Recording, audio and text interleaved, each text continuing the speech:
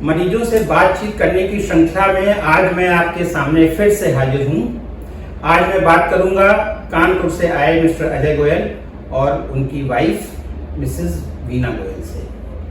आज जानते हैं मिस्टर अजय गोयल के द्वारा ही, आप अपने बारे में बताइए सर। मैं अजय गोयल हूँ, मैं कानपुर में रहता हूँ। अभी मैं 3 साल पहले ही मैं एलेवेल लिमिटेड में I was heading the finance department और 3 साल पहले मैं वहाँ से रिटायर हुआ हूँ।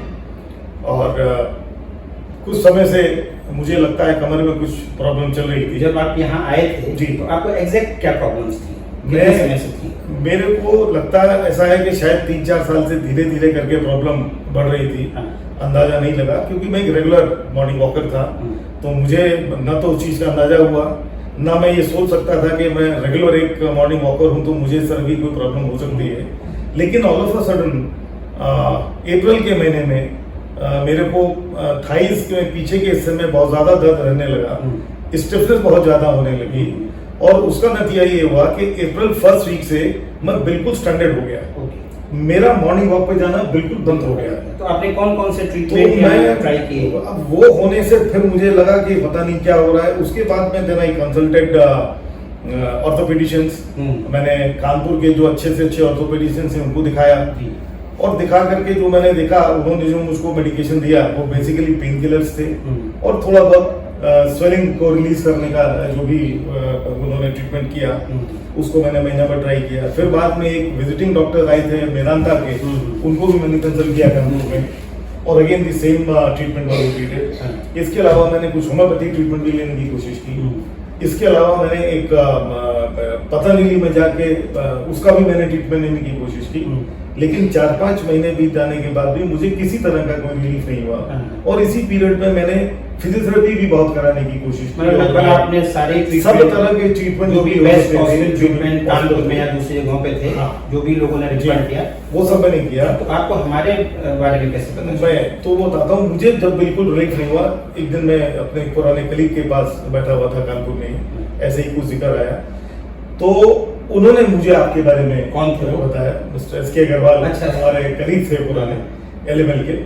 उन्होंने ये मुझको सजेस्ट किया। उनकी वाइफ ने मुझे कहा कि नहीं, उन्होंने इंसिस्ट किया बल्कि कि आप अजय भाई जरूर जाइए एक बार वहाँ, उनसे जाकर के मिलिए। तो शायद उनकी किस बात में प्रभावित किया आपको लगा कि मैं इतने बड़े बड़े डॉक्टर्स को दिखा चुका हूँ? फिर अब बात ये होता ही है कि जब आदमी सब तरह से कहीं ना कहीं से नाउमीदी हो जाए तो लगता है चलो इतनी चीजें ट्राई कर ली, एक और ट्राई कर लेते हैं। And secondly it was through my colleague, तो मुझे एक और ये हुआ कि भाई ठीक है कोई दिक्कत नहीं, जाना चाहिए, जाकर के at least there is no harm in talking in meeting. तो जब आप मेरे पास आए तो what made you convince to take this treatment? Honestly doctor साहब, जब मैं आपके पास आया तो थोड़ा बहुत तो मुझे मेरे कलीग ने जो मुझे आइडिया दिया था वो तो मुझे जो उन्होंने मुझे आइडिया दिया था वो आइडिया था। इसके बाद जिस तरह से आपने मुझे समझाया कि आपकी मेरी प्रॉब्लम का क्या पॉसिबल कारण हो सकता है, जिस तरह से आपने मुझे डायग्राम बना के समझाया, जो आपने अपना मेथड ऑफ ट्रीटमेंट मुझे बताया, उससे मैं इतना कन्विंस हुआ कि मुझे लगा कि इससे फायदा हो या ना हो, मुझको ये ट्रीटमेंट जरूर लेना। अच्छा, आई गॉट सो कन्विंस। कहीं ना कहीं बैक ऑफ द माइंड ये था कि ऐसा भी हो सकता है कि फायदा ना हो। अच्छा, क्योंकि वो जब this was an unknown zone, नहीं तो मुझे लगा कि मैं एक चीज होती है ना, जब बहुत सारे ट्रीटमेंट ट्राई कर लेते हैं तो कहीं ना कहीं बैक ऑफ द माइंड में हो जाता है क्योंकि मैंने सब कुछ ट्राई कर लिया है तो हो सकता है कि ये ट्रीटमेंट भी फेल हो जाए। लेकिन इनकी आपकी मेथोडोलॉजी मुझे ऐसी लगी, जो मुझे आपने बता के समझाया, और आपका ये था कि जो एक करेक्शन की जो बात आपने बताई कि जो एक डिफॉर्मिटी किसी वजह से हो गई है, may be because of age और because of wrong sitting posture, ये वो कोई भी कारण हो, तो जो भी आपने जो मुझे बताया कि ये हम थोड़ा सा ट्राई करते हैं तो you will certainly get relief. और आपने इतना कन्विंसिंगली मुझे उस बात को बताया, I made up my mind, hello I will devote. Doctor का कॉन्फिडेंस आता है जो प्रीवियस उसके एक्सपीरियंस पेशेंट्स के साथ होते हैं कि जब आप इतने सालों में लाखों की संख्या में पेशेंट्स को ट्रीट कर लेते हैं तो फिर एक कॉन्फिडेंस आ जाता है। क्योंकि मैंने आपके पास आने के पहले ऑनेस्टली मैंने दूसरा जगह पता करने की कोशिश की। मैं आपके बारे में बताता हूँ क्योंकि मैं जानता हूँ कि इस तरह की कुछ चीजें एक बैक ऑफ द माइंड में था, क्वेक्स बहुत है, क्या हो जाएगा क्या नहीं होगा, मैंने अपने तरीके से जानने की कोशिश, although my colleague has recommended, my sister has recommended, वो कॉन्फिडेंस था। अच्छा, जब आप मुझे से मिले तो वो भी तो आप मुझे मैं आपको क्वैक लगा या डॉक्टर लगा? honestly I was impressed by your person. Okay. That is the first thing. Thank you so much. which is always there. और फिर आपने जो समय मुझे दिया, नॉर्मली क्या होता है जब भी हम किसी ऐसे डॉक्टर के पास जाते हैं, ऑनेस्टली उनके पास समय नहीं होता, वो आपको टाइम नहीं देते, आपसे बात करते करते वो प्रिस्क्रिप्शन लिख देते हैं, आप पूछना भी चाहें तो डाइवर्ट कर देते हैं कि भाई हमारे कमांडर से मिलो, उससे बात कर लो, they don't give you time. लेकिन डॉक्टर साहब आपने जब मुझे टाइम दिया, आपने मेरे को देख करके पहले मेरे को आपने एक तरीके से you brought me to a comfortable mode, फिर आपने सारी चीजें समझाई और जब आपने आश्वासन दिया ये हो ही जाएगा, ये होता ही है, इसमें ना होने का कोई सवाल नहीं है, क्योंकि एक बात दवाई आपने कहा हम कोई दवाई देते नहीं। 10 दिन जब आपने जी। आज आपका 10वां दिन है, जी। आप वापस जा रहे हैं जी। और मैंने आपको बताया कि 2-3 महीने लगेंगे आपको जी। ठीक होने में, जी। तो आप अपना जो 10 दिन का अनुभव है हमारे जी। साथ, जी। मेरे हॉस्पिटल में मेरे जी। जो बहुत ट्रेंड एक्सपर्ट थेरेपिस्ट जी। हैं उनके साथ, जी। और जो आपको इतने दिनों में आपको जो अपनी बीमारी में लाभ हो उनको शेयर करिए। डॉक्टर साहब, मैं पहली बात तो जो आपने अभी कहा और मैं उस बात से भी पूरी तरह संतुष्ट हूँ, आपका जो स्टाफ इतना ट्रेन है एंड वो स्टाफ इतना कमिटेड है कि मैंने जितनी बार उनसे पूछने की कोशिश, जिस तरह से वो मुझे करा रहे थे, जितनी बार भी मैंने उससे पूछा, बगैर किसी तकलीफ के उन्होंने मुझे उसका तरीका बताया और 10 दिनों में जितनी अच्छी तरह वो मुझे ट्रेन कर सकते थे, that is again something which I was not expecting. और जो आज मैं ट्रेनिंग लेके जा रहा हूँ, इनफैक्ट मैं अपनी वाइफ श्रीमती वीना के साथ आया था, क्योंकि मुझे थोड़ा सा बताया गया था कि ट्रेनिंग आप दोनों अगर एक साथ लें आपको इम्प्रूवमेंट क्या क्या है? मुझे 10 दिन में क्या अनुभव है? मुझे ऐसा लगता है कि जो मुझे साइटिका की प्रॉब्लम थी उसमें मुझे डेफिनेटली आराम मिला। और मुझे जब एक्सरसाइज कराते थे तो मुझे लगता था कि जिस तरह से मेरी मसल्स पुल हो रही हैं या जिस तरीके से मुझे हो रहा है उसमें डेफिनेटली आराम मिलना मुझे अच्छा, आपको तब कैसा लगता था कि जितने भी डॉक्टर्स होते थे बहुत सारे डूज एंड डोंट्स बताते थे और मैं बिल्कुल उसकी चीजें बताता था कि नहीं, जो उन्होंने मना किया है नहीं वो आपको जरूर करना है। डॉक्टर साहब, ये जो आप बात कर रहे हैं, दिस इज अगेन सरप्राइजिंग कि जिन चीजों के बारे में मुझे और ऑर्थोपेडिशियन मना करते थे, आपने वो सब चीजें रिवर्स कर दी और मुझे वही चीजें करने के लिए कहा। बल्कि एक बार तो मैंने सोचा भी कि जिस चीज को वो मना कर रहे हैं, अगर एक डॉक्टर साहब कह रहे हैं ऐसा ना हो कि मेरा फर्दर डैमेज हो जाए, डॉक्टर साहब ने आपने बड़े कॉन्फिडेंस के साथ में मुझे कहा, मैं जिम्मेदार हूँ, अगर कुछ होगा आप करें। मैं हमेशा कहता हूँ ना, मैं हूँ ना। So I think that has help me a lot.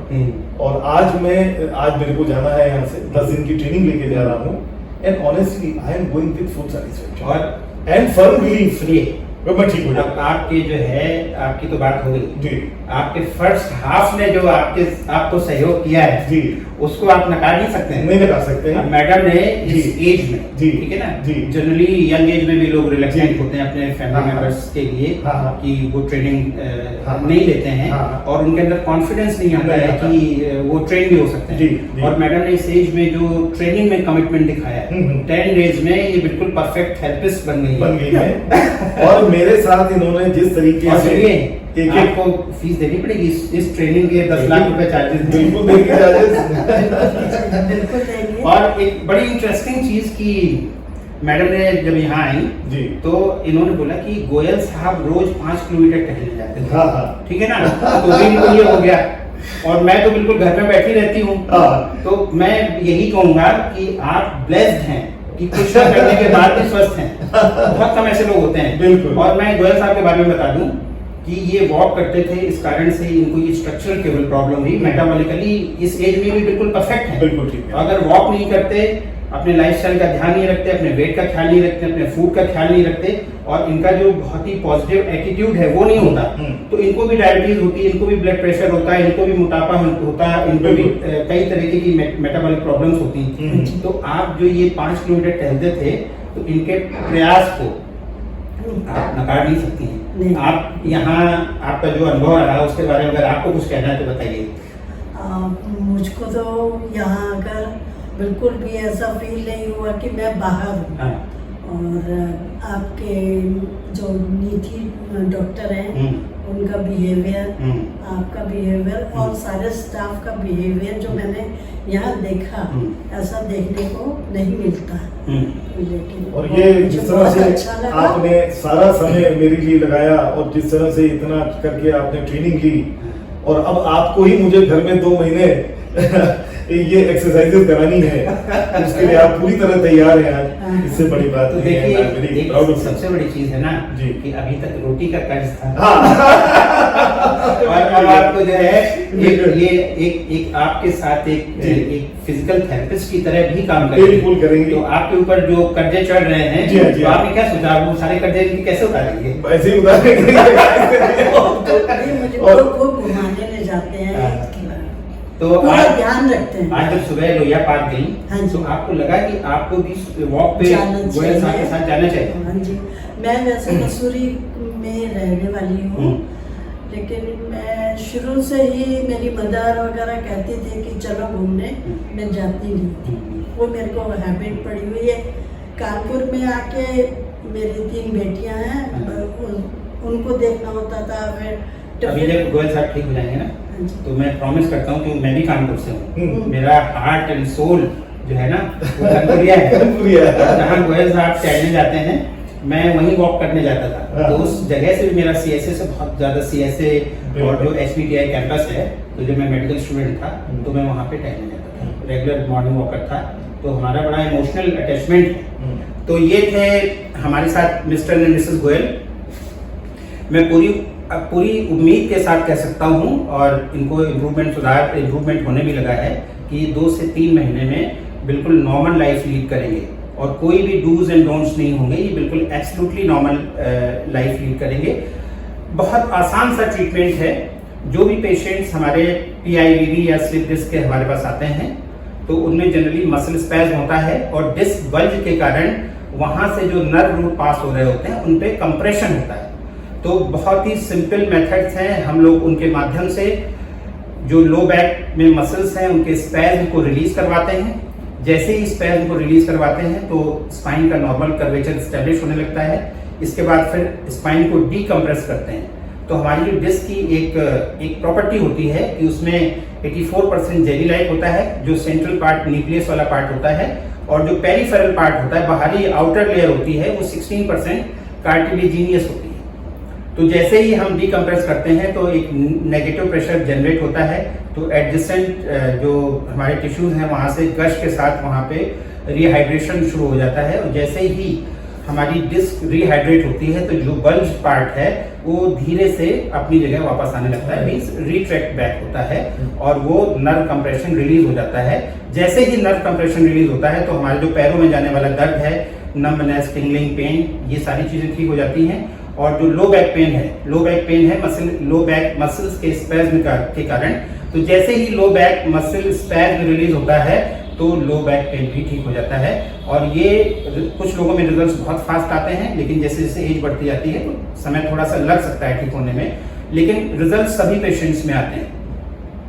तो मैं आप दोनों लोगों को धन्यवाद देना चाहता हूँ बातचीत की, और दोबारा मैं आपको फिर से एक रिक्वेस्ट करूंगा, जब आप पूरी तरीके से ठीक हो जाएंगे तब हम फिर से आपसे रूबरू होंगे और आपसे बहुत अच्छे प्रश्न। डॉक्टर साहब, आपका इनफैक्ट धन्यवाद मुझे आपको देना है। आपने मुझे एक रास्ता दिखाया और जिसकी उम्मीद मुझे लगभग खत्म होती जा रही थी, आपने एक रास्ता दिखाया कि इससे हो। आज मैं पूरी तरह कन्विंस्ड हूँ कि मैं 2-3 महीने में जरूर ठीक हो जाऊंगा and my life will become normal. That is very important. और मैं ये चीजें ठीक होने की जो पहली शर्त है जी वो है कि ट्रीटमेंट के बारे में आपके मन में कॉन्फिडेंस होना। ठीक बात। अगर आपके मन में प्रश्न है जी। कि मैं ठीक होऊंगा कि नहीं होऊंगा, तो आप नहीं ठीक होंगे। नहीं होंगे, ठीक है ना। जब आपके मन में यह आ गया हाँ। कि अब तो मैं ठीक ही हो जाऊंगा, हाँ। तो 50% यात्रा आपने तय कर ली। अब सिर्फ 50% पे आपको काम करना है। बिल्कुल ठीक बात। क्योंकि आपकी जो पॉजिटिविटी है, मैं केवल ट्रीटमेंट मेथड्स की बात नहीं कर रहा, आपकी जो पॉजिटिविटी है जी, वो आपको हील करने में बहुत ज्यादा है। तो मैं दोबारा से आप दोनों लोगों का धन्यवाद देता हूँ। बहुत धन्यवाद डॉक्टर साहब, बहुत धन्यवाद आपका। So great. Thank you. वाह।